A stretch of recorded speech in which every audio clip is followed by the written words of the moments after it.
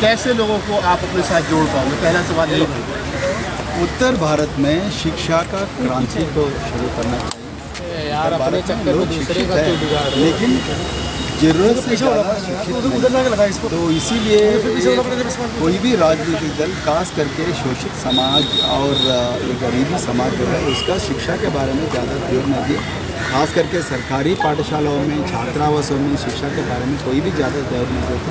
इसीलिए स्वेरोस नेटवर्क के जरिए हम शिक्षा के ऊपर ज़्यादा जोर देना चाहते हैं। जितने भी अपने समाज से ये गरीब समाज से जो कामयाब बन गए वो कामयाबियों को वो कामयाब जो लोगों को समाज के सामने खड़ा करके वो लोगों का अनुभव शेयर करा के परिवर्तन पाठशाला लगा के लोगों के अंदर एक शिक्षा का क्रांति हम उद्घाटन करते हैं। आप कह रहे हैं कि हम जो लोग कामयाब हो गए शिक्षा के क्षेत्र में उनका लक्ष्य करा के लोगों को बच्चों को आने वाली पीढ़ी को तैयार करेंगे। जिस प्रकार से बच्चों में उदासीनता चाहनी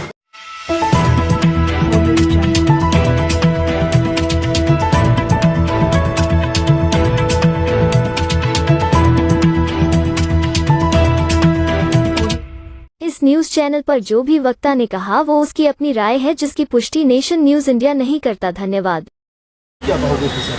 न्यू एजुकेशन पॉलिसी देखने में तो बहुत सुंदर लगती है, लेकिन उसके वो एजुकेशन पॉलिसी को लागू करने में बहुत प्रॉब्लम्स है। और वो अभी तक जो पार्टी अभी पावर में है वो अभी तक उसका राज्यों में न्यू एजुकेशन पॉलिसी इम्प्लीमेंट नहीं कर सकती। तो सबसे पहले आपका नियत साफ होना चाहिए, गरीब लोगों के ऊपर प्यार होना चाहिए। गरीब लोग अपना जंजीरों को तोड़ के ऊपर जाना करके वो इंटेंशन वो इरादा पक्का होना चाहिए। वो इरादा गवर्नमेंट के पास नहीं है। वो सिर्फ प्राइवेट यूनिवर्सिटीज़ को बढ़ाना है, गरीब लोगों को प्राइवेट यूनिवर्सिटी में एडमिशन नहीं देने का और गवर्नमेंट यूनिवर्सिटीज़ में स्कॉलरशिप नहीं देने का। ये चीज़ ये लोग न्यू एजुकेशन पॉलिसी का लागू में हो रहा है। प्राइवेट यूनिवर्सिटीज़ का बहुत बड़ा इंकरेजमेंट मिल रहा है, पर गरीब लोग कितने लोग प्राइवेट यूनिवर्सिटी में जा सकते हैं? हर राज्य में 10, 15, 20, 30, 40 प्राइवेट यूनिवर्सिटीज में गरीब लोग कौन जाएगा उसमें? 30 लाख 35 कैसा? रोहित वेमला हैदराबाद से ऐसे खुदकुशी करते। अरे एक बड़ा स्कॉलर है, अच्छा लिख सकता है, अच्छा सोच सकता है, उसका मौत कैसे हो सकता है? तो भारत सरकार गरीब लोगों का शिक्षा जो है वो शिक्षा सरकार कह रही है स्किल बार कहती है स्किल डेवलपमेंट एजुकेशन के क्षेत्र के बारे में कह रही है। तो जूते लगाने वाले को जूते में PhD करनी चाहिए और बढ़ई का काम करने वाले को बढ़ई के काम में PhD करनी।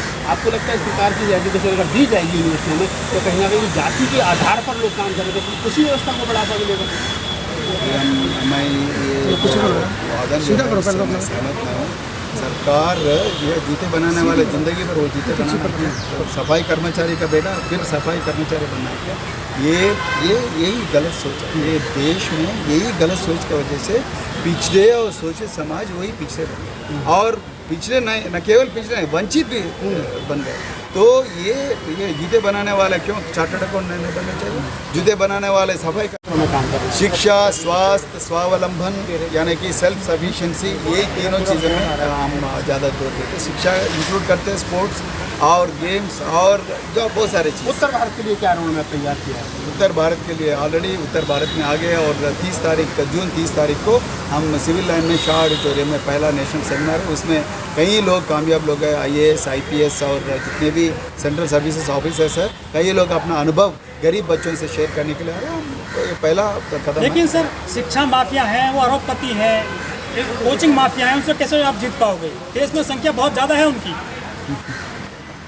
देखते रहेंगे, हम गांव में जाएंगे, हम परिवर्तन पाठशाला वो माफिया के खिलाफ माफिया बहुत बड़ा माफिया आप जो बोल रहे सही है, उसके खिलाफ सरकार से इनकी उसके खिलाफ हम परिवर्तन पाठशाला गाँव में चलाएंगे। वो परिवर्तन पाठशाला में गाँव में नौजवान जो है वो नौजवानों को हम कोच करके वो को देख के शिक्षक बनने का एक बड़ा। पुरानी संसद से बाबा साहब की प्रतिमा हटा दी गई है, लोगों में काफ़ी आक्रोश है, लोग इसमें निकलकर बाहर नहीं आ रहे हैं। क्यों हटाई गई है? कहाँ लोग मनाएंगे 14 अप्रैल को बाबा साहब की जयंती इस बार? तो बहुत दुख की बात है। ये भारत की सरकार ये नहीं करना चाहिए था। हम इसके ऊपर भी हम संघर्ष करेंगे। ये बहुत बड़ा दुख की बात है। सर एक सवाल ले लेते हैं आखिर में आपसे। सवाल ये है कि आपके पास फंड कहाँ से आएगा? जो आपने सपना देखा है उसको पूरा करने के लिए पैसा चाहिए, क्योंकि आप कैसे गलगोटिया यूनिवर्सिटी से तमाम जो बड़े बड़े शिक्षा संस्थान हैं, जैसा कि ओमदेव जी ने कहा कि सरकार की गोद में बैठ करके लोग एजुकेशन माफिया बनेंगे, तो आप कैसे उनसे पार बसा पाओगे? बहुत बढ़िया सवाल है। वो माफिया के खिलाफ एक मास एक्शन होगा। वो मास एक्शन जो है गरीब लोगों के पास एक एक रुपया गरीब लोगों में जितने भी कामयाब बन गए, वो कामयाब जो बने, वो कामयाब लोग अपना इनकम से 1% भी दिए तो ये पूरा क्रांति। पे बैक टू सोसाइटी के अलावा कोई दूसरा रास्ता नहीं इसका मतलब? पे बैक टू सोसाइटी मामला हो हाल ही में, नौकरी नहीं है, इंटर बीटेक करने के बाद में लोग बेरोजगार घूम रहे हैं, तो कहते हैं पढ़ाई करने के बाद करेंगे क्या? तो आपको लगता है बच्चों में आप रुचि पैदा कर पाओ?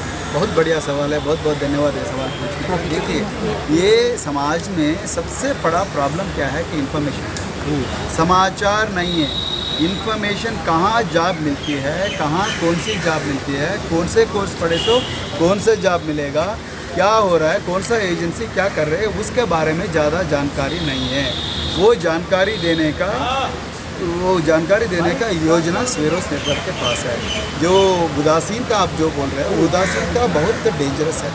उदासीनता, निराशावाद बहुत डेंजरस है। आशावादी रहना चाहिए और स्वेरोस नेटवर्क सिर्फ आशावादी बनकर रहना चाहिए।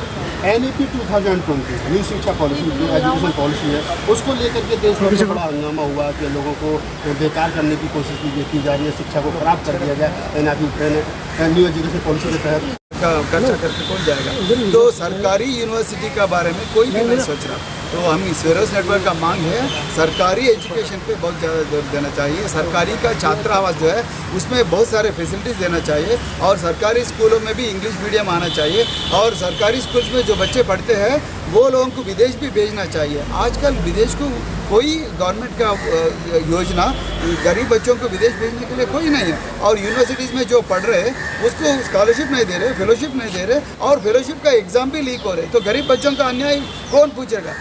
एजुकेशन का जो बजट है भारत सरकार ने इस बार लगभग 1% घटा दिया। ऐसे में बेहतर शिक्षा कैसे दी जा सकती है? नहीं दे सकता। इसीलिए भारत सरकार ये पूरे दिखाने में PhD क्या है, दिखाने में नंबर 1 है, मगर करने में बहुत पीछे है।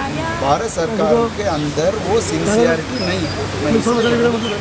कर्मचारी का बेटा क्यों फाइटर जेट पायलट बनना चाहिए, आर्मी का जनरल क्यों नहीं बनना चाहिए, वो डॉक्टर क्यों नहीं बनना चाहिए? यही प्रॉब्लम है देश में। तुम जो काम कर रहे वही काम बरसों से, पीढ़ियों से पीढ़ियों तुम युग से वही काम करते रहो। हम पैसे कमाते रहेंगे, तुम भीख मांगते रहेंगे। परवीन सर, विजन बहुत बड़ा है आपका, पूरा कैसे करोगे इसको?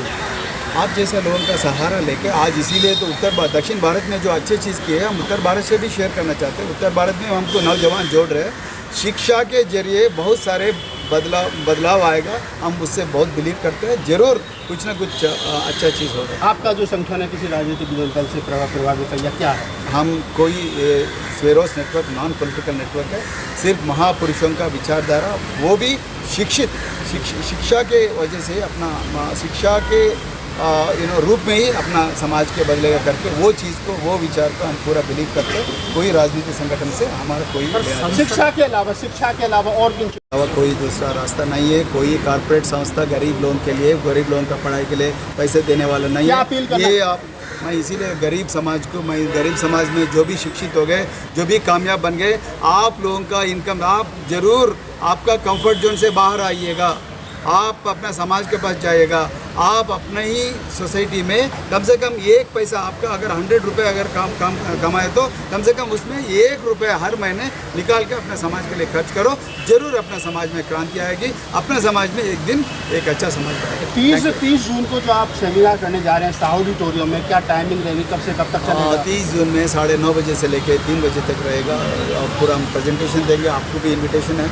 30 जून के दिन पूरे जितने भी कामयाब हो गए IAS IPS ऑफिसर, पूरा लोग आके अपना अनुभव शेयर करें। चलिए, धन्यवाद। आप